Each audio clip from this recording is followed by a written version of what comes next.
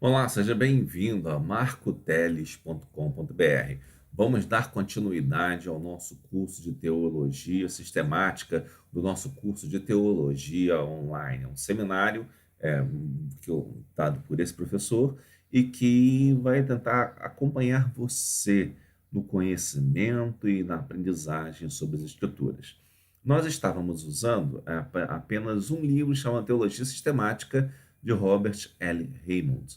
Entretanto, Robert L. Hammond apresenta um pequeno problema. Ele não aborda todos os campos da teologia sistemática, como, por exemplo, a escatologia. Esse livro não apresenta, né?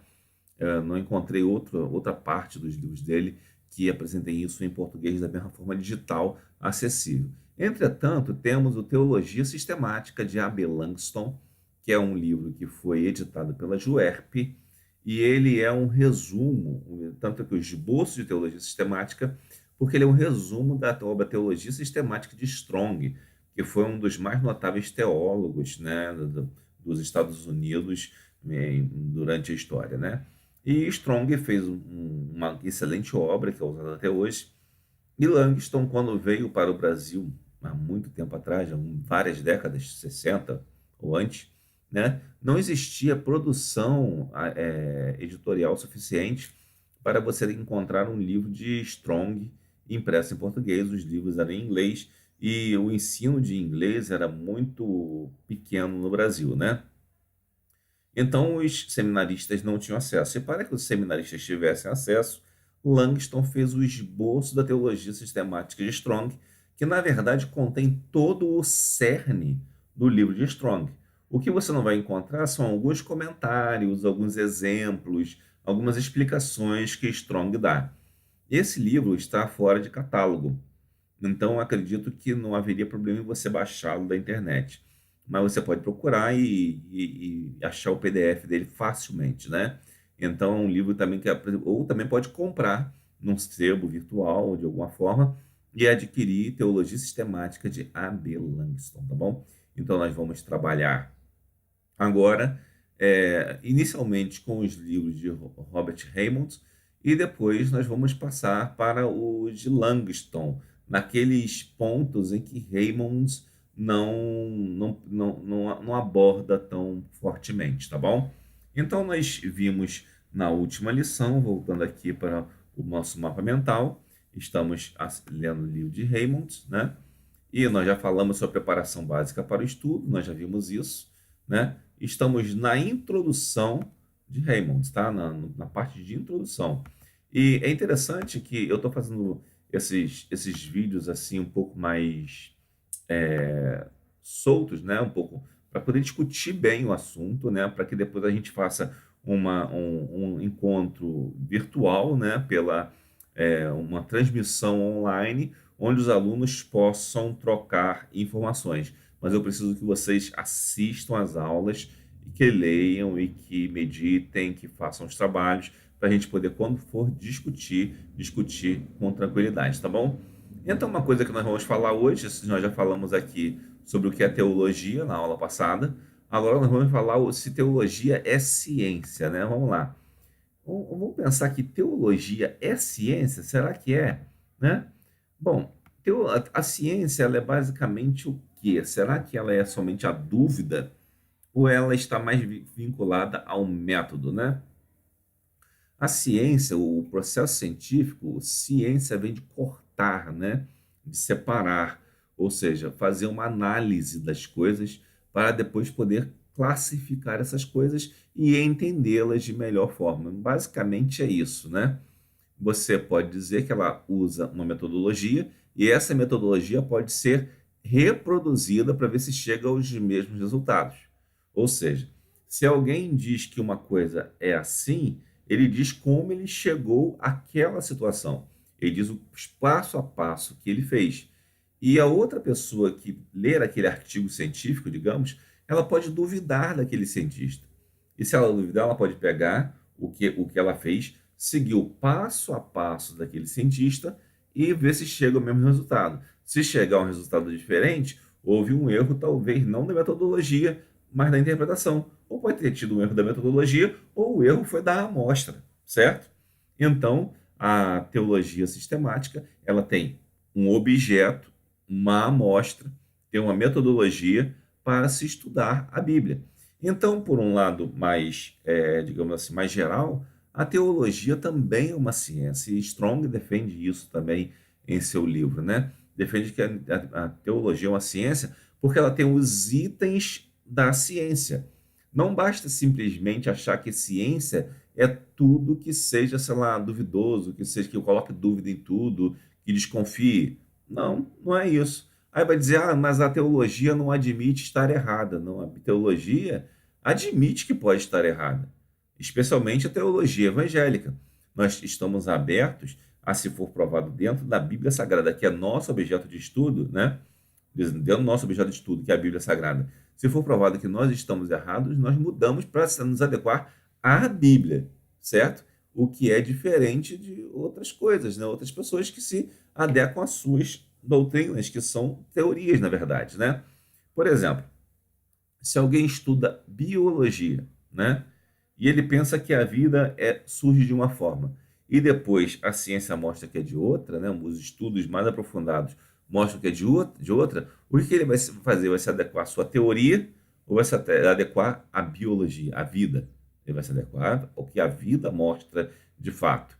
Então é isso que a teologia faz, porque o nosso objeto de estudo não é propriamente Deus, é a Bíblia, a revelação. Então, se nós estudamos a revelação e entendemos que a revelação diz uma coisa, né? Isso que a revelação diz é que é o nosso objeto de estudo, né? Não é o próprio Deus, digamos assim, né? Mas ele é o Deus, sim, mas através da revelação. Então, nós temos esse objeto que é a revelação e que temos um método e um sistema, né? E como possuímos esse método, como é esse método, né? Esse método ele vai possuir vai ser feito uma, digamos, uma análise, tá vendo? É feita aqui uma análise e essa análise ela constitui-se em classificação de temas, uma classificação dos temas que a Bíblia tem para nós, certo? Então, digamos, os cachorros estão meio assanhados aqui, desculpem o barulho, tá? Então, digamos que nós temos uma classificação de temas. Como é feita essa classificação? Ela é feita primeiro pela separação, por diferenças, né? Quais são as diferenças e semelhanças? Também esqueci de botar aqui por diferenças e semelhanças, né?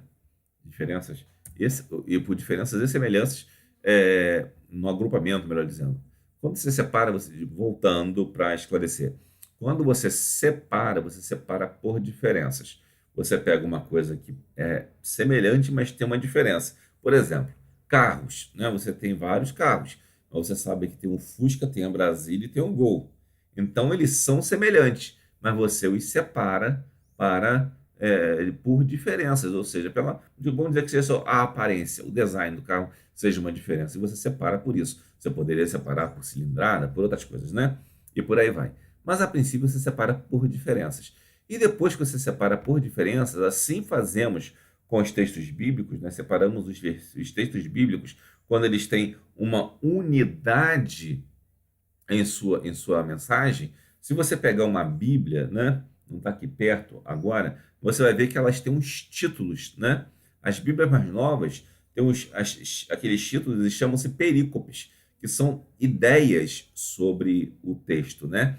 E nesses campos de ideias, você encontra textos específicos sobre uma ideia específica. Então, nós podemos dizer que separamos aquelas perícopes ou alguns versículos específicos.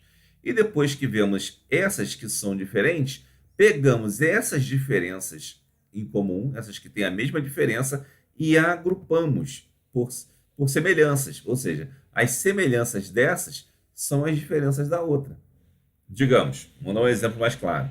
Se eu tenho 10 Fuscas, 10 Brasílias e 10 Gol, eu separo Fusca para cá, Brasília para lá, Gol para lá, certo? Separei. Agora, como que eu vou agrupar? Vou agrupar Fusca aqui, né? Brasília aqui e Gol aqui, certo? Agrupei, fiz esse trabalho também de agrupamento. Entretanto, eu posso fazer um agrupamento ainda maior, ou seja, eu posso classificar todos como carros velhos, digamos assim, né? Como carros e carros velhos. fazer um outro agrupamento. Então, há uma classificação, isso explicando de forma bem simples, tá? Não estou querendo complicar muito isso aqui, porque também não é assunto muito complexo assim para complicar as pessoas que gostam de complicar as coisas. Então, existe um sistema de classificação, um objeto, e o método da teologia sistemática, especialmente, é a classificação dos textos bíblicos, né? Você vai ver na teologia bíblica que o método é a análise histórico-gramatical do texto, né?